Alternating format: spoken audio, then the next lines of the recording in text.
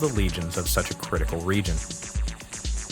As Philip and his advisors scrambled to come up with a response plan, though, a man took to the floor of the Senate and declared that there was nothing to fear.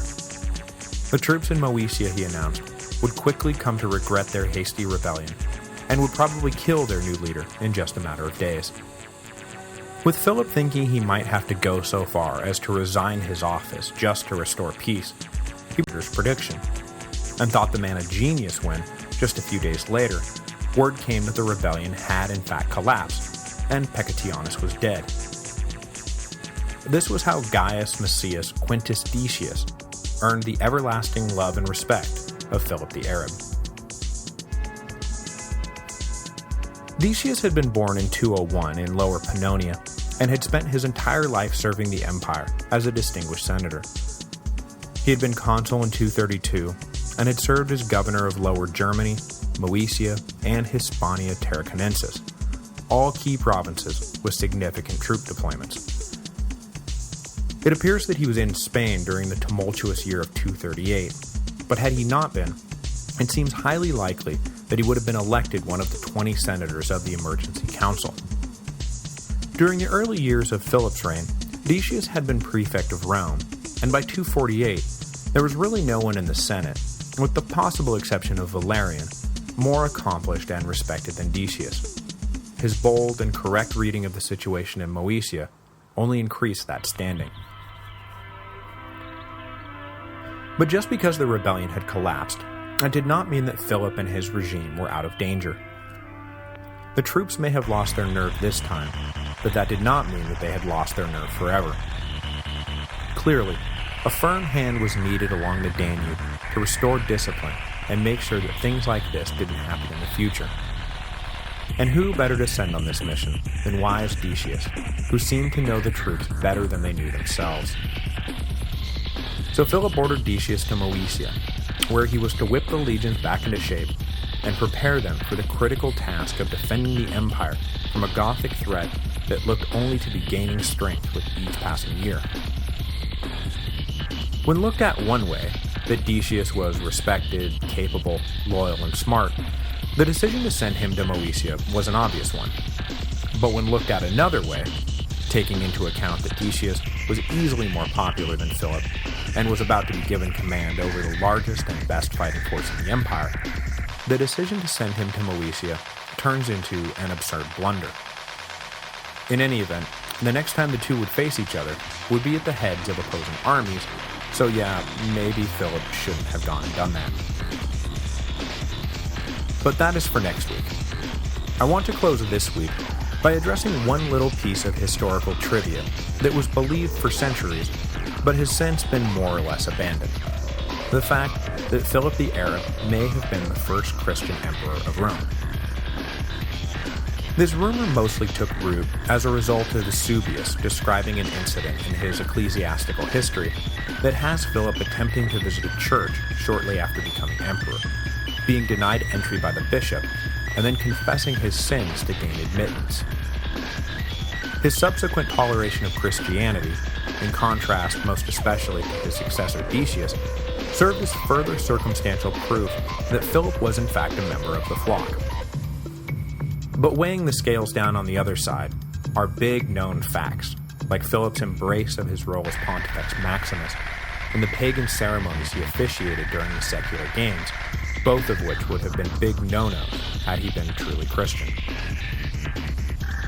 With regards to Philip's relationship with the church, I am content then to believe that given his upbringing in the Christianized East, that he probably had more sympathy to and connection with the Christian communities than most of his imperial colleagues, but it doesn't seem plausible that he himself was a Christian. Philip's positive relationship with Christianity, though, does offer an interesting insight into the subsequent persecutions of Decius, who would wind up issuing an edict shortly after he became emperor, demanding citizens of Rome offer sacrifices to the pagan gods. Decius may have issued his edict to get the troubled Roman Empire back on the right side of the gods, but he may also have issued it as a means of persecuting allies of Philip, as Decius looked to consolidate his own rule. Next week, we will explore the anti-Christian policies of Decius, but only after we cover his accidental rebellion against Philip. It seems that good Decius had every intention of restoring discipline to the troops along the Danube, but upon arriving, was greeted with an ultimatum that he either lead them in a new revolt or die right there on the spot. Loyal to Philip, but not suicidally loyal to Philip, Decius agreed to their demands and immediately about-faced and headed back to Italy, this time at the head of an army.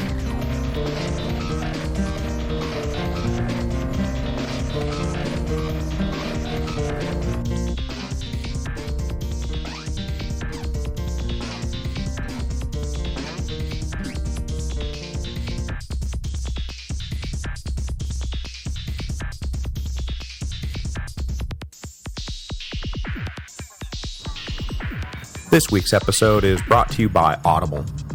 Audible is the internet's leading provider of audio entertainment with over 60,000 titles to choose from. When you're done with this episode, go to audiblepodcast.com/Rome. That again, audiblepodcast.com/Rome.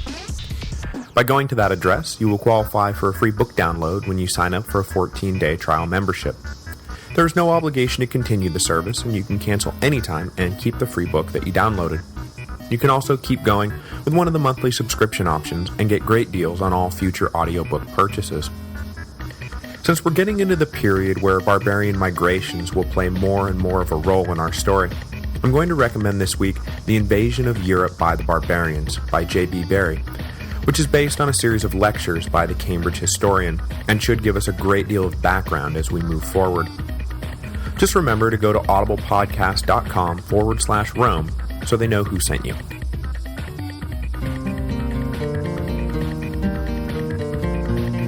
Hello, and welcome to the History of Rome, Episode 110, A Gothic Horror. We left off last time in 248 AD, when a short-lived rebellion in Moesia prompted Philip the Arab to ascend the Danube to get the situation back under control. Sending out Decius was supposed to help secure the future of Philip's rule, but instead, it was the catalyst for his demise. Decius arrived in the north and began making the rounds, inspecting this and telling someone to tuck in that, and all the while believed that he really was going to spend the next year or so restoring discipline to the Danube legions. But the Danube legions had other ideas. They had flinched from their first rebellion, possibly because Pecatianus was too much of a nobody to be taken seriously as emperor. But Decius, well, you could really picture him draped in the purple. So, with their grievances still unaddressed, they decided to make another play at revolution, this time with Decius as their leader. In the spring of 249, the troops surprised their new commander one morning by hailing him as emperor. They demanded that he lead them to Italy, where together they would unseat Philip and force the Senate to recognize Decius as the new master of Rome. Philip's dishonorable peace with the Parthians, coupled with his unwillingness to confront the Goths, had caused them to lose all respect for the man, and they strongly hinted that come hell or high water, they were going to replace Philip with someone. If Decius wanted the job, they were willing to give it to him. If not, then, as Philip's loyal agent, they were going to kill him. Reluctantly, Decius agreed to lead them. His noble reluctance is always noted in the histories, but it's worth remembering that he was not so reluctant that he refused what they were offering.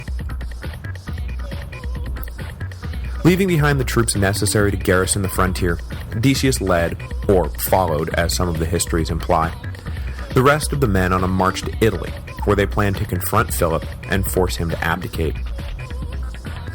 Word reached Rome soon after that the troops were on the move, and Philip scrambled to assemble a defense force. There was no such thing as a nice, quiet abdication at this point in Roman history, and Philip knew that if he wanted to keep his head, he was going to have to keep his throne, and if he wanted to keep his throne, he was going to have to fight for it. The preparations were no doubt fraught with desperation. Philip knew full well he wouldn't be able to raise enough troops to match the size of Decius's force, But the Year of the Six Emperors had proved that Italy could ward off an angry legionary force given the right amount of luck and determination. So it's not like Philip necessarily believed he was preparing for some suicidal last stand. But luck and determination were not on Philip's side. Decius was no Maximinus Thrax, and Philip was no hardy brotherhood of senators valiantly defending the honor of Italy from an evil tyrant. So, the story played out differently this time. In the summer of 249, Decius and Philip faced off near Verona in northern Italy. Despite frequent letters swearing fealty to the emperor, Decius was unable to calm the temper of his men, and however he felt in his heart, that all took a back seat when it came time to act. The two sides joined in a short battle, and Philip's army was easily routed. It is unclear whether he and his son were killed during the fighting itself or a few days after their defeat, but within a week of the battle, Philip was dead, and Decius was on his way to Rome to have the Senate ratify his ascension to the throne. Philip the Arab was 44 years old and had ruled the empire for 5 years. As I said, Decius was no Maximinus Thrax, and the Senate was more than happy to raise one of their own to the purple. In addition to the title Augustus, they also gave Decius the honorific Trajanus, a hopeful nod that the new emperor would prove to be as wise and as capable as the great Trajan had been. Decius sent the legions who had carried him to power back to the Danube, while he himself stayed in Rome to consolidate power and take stock of the empire he now led. The Milesian legions received a healthy donative for their day's work, temporarily stilling their desire for a war with the Goths. Eventually, though, they would get their war, and soon come to realize that maybe they shouldn't have been quite so eager to take on the northern barbarians. This moment of realization probably came right around the time they were all being hacked to death in a muddy, bloody swamp. When Decius was done taking stock of the empire, he declared that he did not much like what he saw. The Sassanids had been dishonorably paid off in the east, the Goths menaced the north, and Rome itself was a cesspool of vice and corruption. The Roman Empire had lost its way, and the new emperor was determined to get it back on the right track. The main problem, Decius decided, was not shifting demographics or economic fluctuations or the threat of foreign invasion, but rather the loss of public virtue. That virtue, which had helped Rome win the favor of the gods, had been abandoned, and so the gods had abandoned Rome. To help the empire get back on the good side of those supernatural forces that obviously determine the course of earthly affairs, Decius dreamed up two major initiatives. First, he was going to demand that every citizen in the empire offer sacrifices to convince the gods that Rome had not forsaken them. And second, he was going to revive the long-abandoned office of censor, so that someone would be in place to regulate and legislate public morality. Taken together, Decius figured that this would be enough to please the gods and prevent them from heaping any more misery on the Romans. It seems, though, that, given what's about to happen, the gods were not at all impressed by these offerings. Decius started in January of 250 by issuing his famous edict that every citizen of the empire must offer a sacrifice to the gods on behalf of the emperor. The edict seems innocuously pious enough, but it was well known that a certain minority of citizens were going to have a big problem